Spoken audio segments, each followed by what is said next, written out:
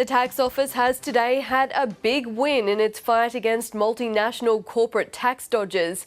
In a decision which will reverberate around the world, the full bench of the federal court has thrown out an appeal by energy giant Chevron, which now must pay the tax office over $300 million. Andrew Robertson reports. It's a case the tax office is hoping will make big companies like Chevron pay billions more in tax.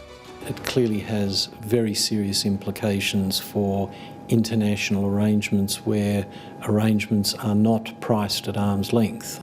At its heart is what's known as transfer pricing, using artificially agreed prices in transactions between different parts of the same company. It is a very common structure used by many multinationals to shift profits from Australia. The Chevron case relates to a $3.7 billion loan from the US to Australia in 2003. Chevron borrowed the money in the US at an interest rate of 1.2%. It lent that money to its Australian operation at 9%.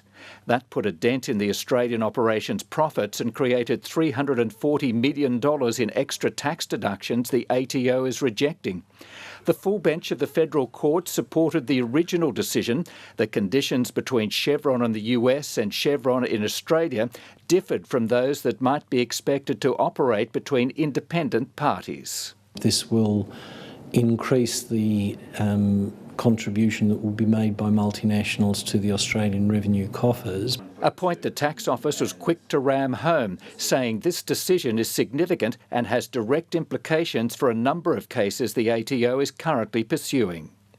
For its part, Chevron is considering one last appeal, this time to the High Court.